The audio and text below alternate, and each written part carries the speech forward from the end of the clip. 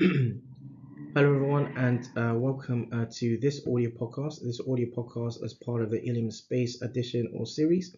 This audio podcast as part of a calibrated morphology, and this audio podcast as part of a Storm Robotics production. So, in this audio podcast, a little bit I'm following following on from looking at sort of the significant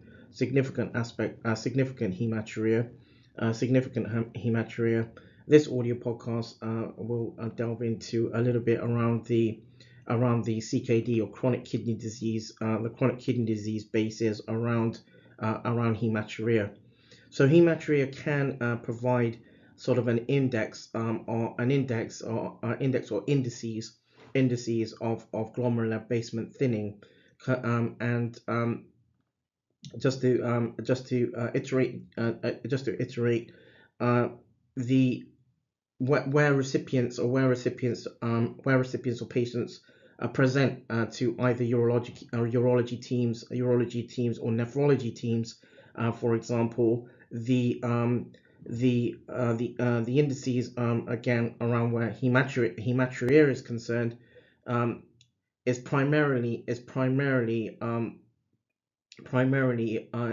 indicative of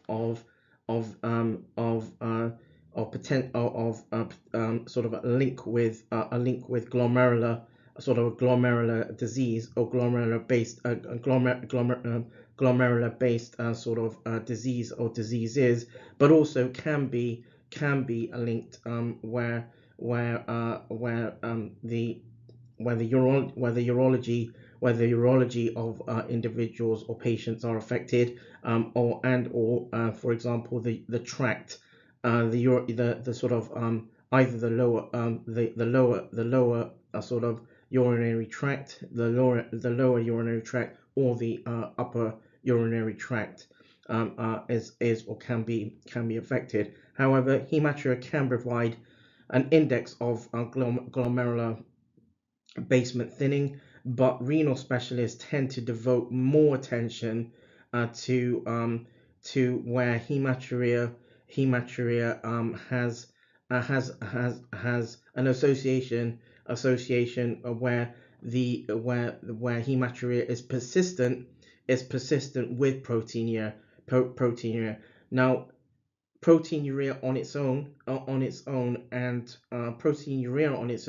hematuria on its own are where specialists would say or can say that the hematuria or proteinuria is could potentially be sort of asymptomatic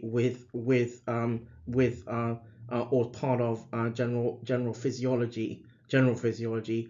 Recent papers or reports, however, have propelled hematuria into the vanguard of clinical nephrology, sort of in more recent sort of evidence or literature. If severe or sufficiently progressive hematuria can be indicative, if severe or as sufficiently progressive, then hematuria can be sort of indicative of acute kidney injury, AKI, and eventual and unfortunately eventual leading to eventual sort of CKD or chronic kidney disease. So moderate to severe CKD is also associated with sort of the increased risk of other significant adverse outcomes, and the risk of developing CKD increases with age. As kidney dysfunction progresses, coexisting conditions become more sort of common and increase in severity. CKD, chronic kidney disease, can progress into end-stage renal failure or end-stage renal disease. And in some literature, amongst the evidence, end-stage renal failure, end-stage renal disease, either or, are referred to. The terminology is referred to as CKD or chronic kidney disease stage 5, where at the same time where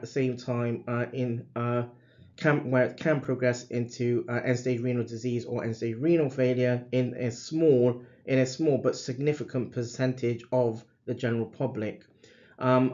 Although usually asymptomatic, also where symptomologies are idiopathic or unknown, the CKD is detectable and tests or investigations are simple and generally available in amongst sort of surgeries, and there is evidence that treatment can prevent or delay the progression of CKD and reduce or prevent the development of complications and reduce sort of the risk around other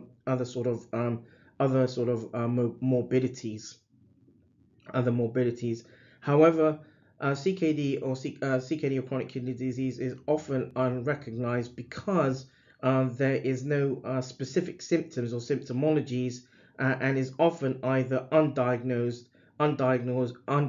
or diagnosed at sort of an advanced stage, at least where evidence and literature has documented. However, the past few years, collective efforts facilitated by common definition of CKD have provided a description of the epidemiology and the natural history of the disease, which has improved some of the understanding of the pathophysiology involved. There is sort of increased recognition that CKD, chronic kidney disease, is encountered in multiple settings and in all age groups. And again, in audio podcasts as part of Storm and Bostic series, there have been audio podcasts that focus on for example on looking at kidney disease where it affects pediatrics and young people, and there's and generally as a minority population, but also generally where CKD can affect sort of males and females, all age groups, in amongst sort of the adult population as well. So there is an increased recognition that CKD is encountered in multiple settings and in all age groups, amongst all age groups, and it is its cause and outcomes are influenced by the severity of duration around the duration of where recipients are diagnosed, from the time recipients are diagnosed, throughout the time that they are affected, up to the time and through the time they are affected. The effect of CKD at the same time on individual patients or recipients, and the resulting societal burden that ensues from the long-term effects of the disease has in amongst sort of public health literature, for example, increased scrutiny. There is evidence of marked variation amongst the management of CKD due to a lack of awareness and the absence of standards for prevention, early recognition, and intervention. These emerging data point to an urgent requirement for a global effort to highlight the fact that CKD, while CKD is preventable, its course is modifiable, and its treatment can improve outcomes. Analysis of recipients or patients with unidentified CKD suggests that the risk profile may be different to patients or recipients with identified CKD, and it's an area as a basis that requires sort of prospective works around. In the publication in the publication from 2015, in the publication from 2015, there is an overview around the varying stages of CKD, and the varying stages of CKD, and the link between CKD severity and glomerular filtration rate, or GFR, which is generally a sort of a calculation, but also a sort of a biomarker in around identifying renal insufficiency or renal function. So that draws this audio podcast to a close. This has been an audio podcast. This has been an audio podcast as part of the Hilium Space edition. This has been an audio podcast as part of Calibrated Morphology, an audio podcast as part of a Storm Robotics production.